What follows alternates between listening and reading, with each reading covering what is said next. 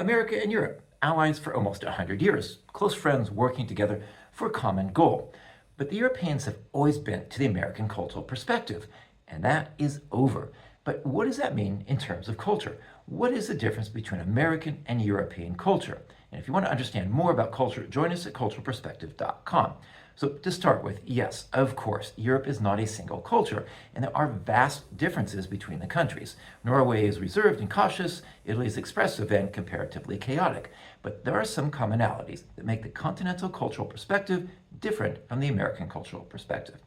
First of all, the United States is built on individualism, personal freedom, independence. Success is measured by what you can achieve. Rules are universal, at least in intent, and the same for everyone. Communication is low context, direct, explicit, and clear. And if you don't understand what's being said, that's your problem, not the speaker's. America's worldview says control the environment, solve problems through innovation, and compete to win. Europe is different. It blends collectivism and individual rights.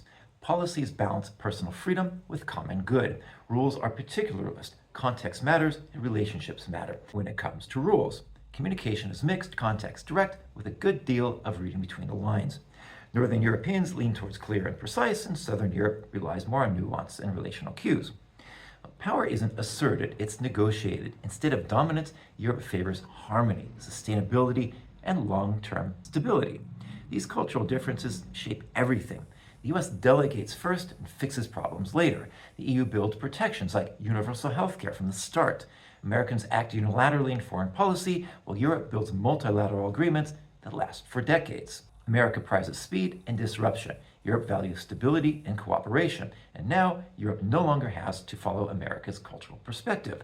As the EU's power increases, the world has a choice: American culture or European culture. What's your preference?